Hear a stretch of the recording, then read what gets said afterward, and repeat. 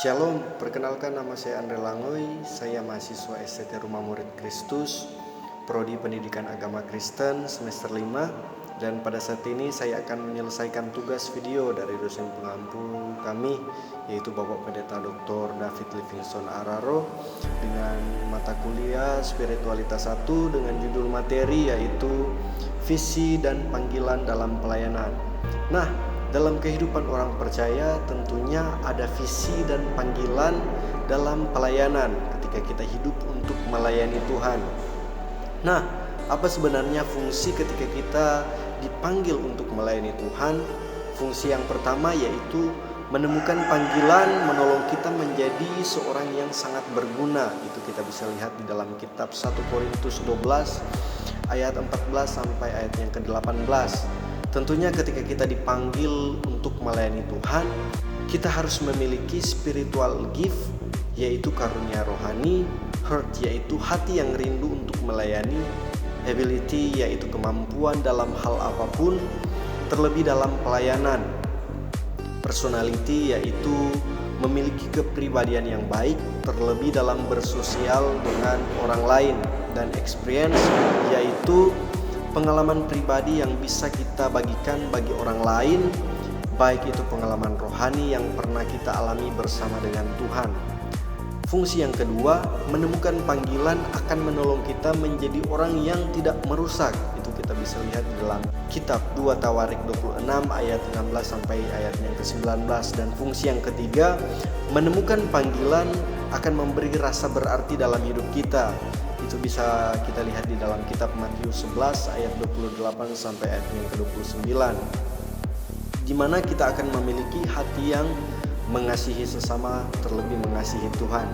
Dan fungsi yang keempat, menemukan panggilan akan membawa kita untuk memuliakan Tuhan menurut rencana Tuhan. Itu kita bisa melihat di dalam kitab Mazmur 139 ayat 13 sampai ayat yang ke-14. Nah, berikutnya kita akan melihat beberapa tipe panggilan Tuhan melalui beberapa tokoh.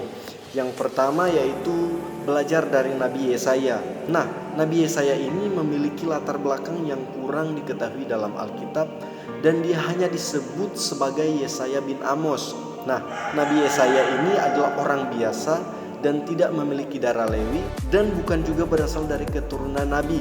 Tetapi Nabi Yesaya ini menjadi seorang Nabi yang dipakai dalam 4 pemerintahan bangsa Israel, yaitu pada zaman Raja Uzia, Raja Yotam, Raja Ahaz, dan pada zaman Raja Hizkia. Dan Nabi Yesaya ini adalah seorang Nabi yang menubuatkan tentang kehadiran Kristus. Nah, pada saat Nabi Yesaya ini menjadi Nabi bagi bangsa Israel, keadaan orang Israel pada saat itu atau keadaan kerohanian orang Israel sedang dalam bermasalah, di mana bangsa Israel ini masih menyembah berhala. Kita bisa lihat di dalam kitab 2 Raja-Raja 15 ayat 4 dan di dalam kitab 2 Tawarik 27 ayat 2. Dan pada zaman pemerintahan Raja Ahaz, bangsa Israel ini melakukan hal-hal yang sangat keji. Itu kita bisa lihat di dalam 2 Tawarik 28 ayat 2 sampai 4. Nah, lantas dari hal ini seharusnya siapa yang harus bertanggung jawab? Seharusnya dari kondisi seperti ini, rajalah yang harus bertanggung jawab beserta para imam-imam. Tetapi pada kenyataannya mereka tidak melaksanakan setiap tanggung jawabnya dengan baik, sehingga dari hal inilah Tuhan mengutus Nabi Yesaya bagi bangsa Israel. Nah, yang kedua kita akan belajar dari panggilan Abraham. Nah, panggilan Tuhan terhadap Abraham ini bersifat progresif.